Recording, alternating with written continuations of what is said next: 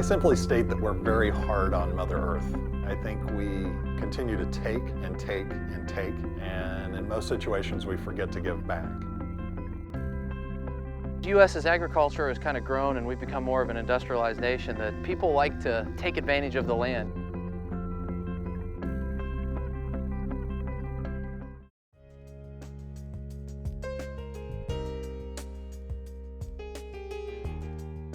I'm going to take you back in history. In our first event, which was 9 years ago, we raised a little over $10,000 toward the bottom line. Last year, we donated over $100,000, $110,000 to the cause. The final total actually was $117,000. In total, we've raised over $700,000 from Johnson County Ducks Unlimited for National DU to go out and do their work.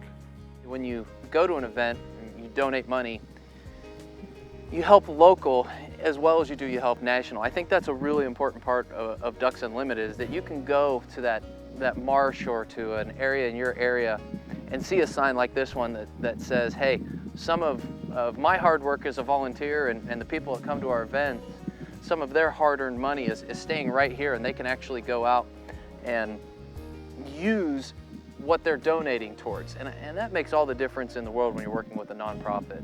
Big event is actually our annual banquet, which is held in the spring. It is a massive project. At that event, we typically have a live and a silent auction, a dinner, and then fun activities for the attendees to participate in. We will get anywhere from typically 350 to 500 attendees to come. We want them to actually just go, wow, this is really something. I know that it's all going to a good cause, and I had a good time doing it. I think there's always excitement wrapped around watching individuals attend one of our events. The key piece to it is that not everyone involved in Ducks Unlimited is a hunter. I'd strongly encourage individuals to take a look at the organization and what our efforts are. There are other organizations, wildlife organizations, that do a great job. But I would encourage them to take a look at it. If it's something of interest, certainly contact someone within Ducks Unlimited to learn more about it.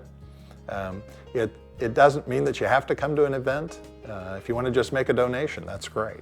Part of the money will be from the state of Kansas, and part of the money will also be from Ducks Unlimited. So you'll have 3 or 4 different sources of money come together to do a project like this. And the charities and the nonprofits like Ducks Unlimited really make a big difference and kind of spur on a lot of these different projects. 3 parts to that.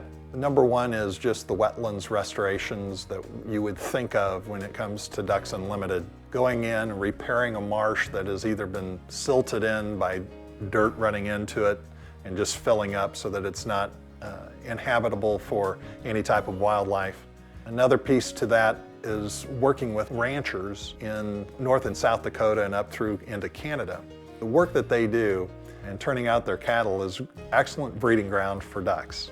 You know, as a society, populations are getting bigger and we need more food to sustain it. And so farmers are going into what used to be really fertile grounds, which grow really good crops, but used to hold wetlands and waterfowl. And they're draining them now. And as they drain them, it takes away vital habitat for waterfowl, shorebirds. What DU has done on a national basis is try to educate the ranchers that instead of turning your cows out onto all of your property, if you actually keep them pinned in into one of 4 quadrants, that allows the grasses to grow back and become much more nutritious for the animals.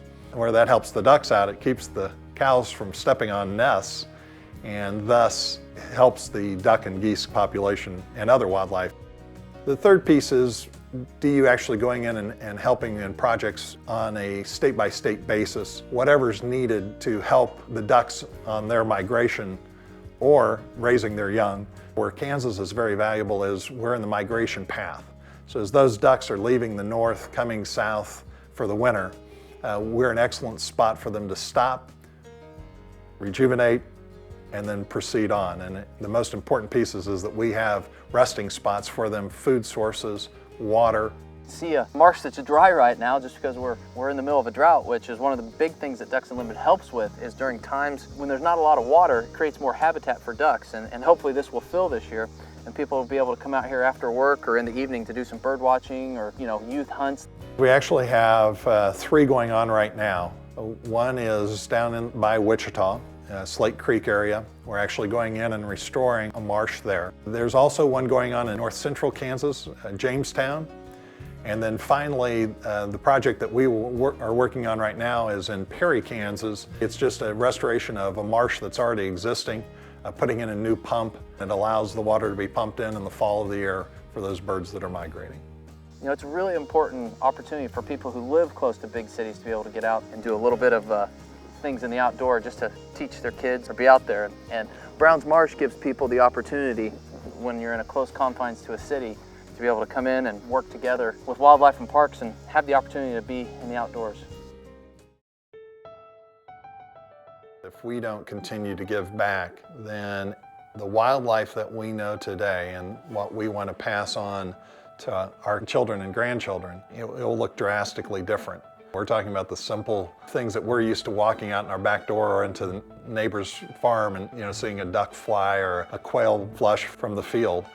This is all wildlife that is dependent on Mother Earth continuing to grow seed, have water for them, have all the nutrients that are needed in that water.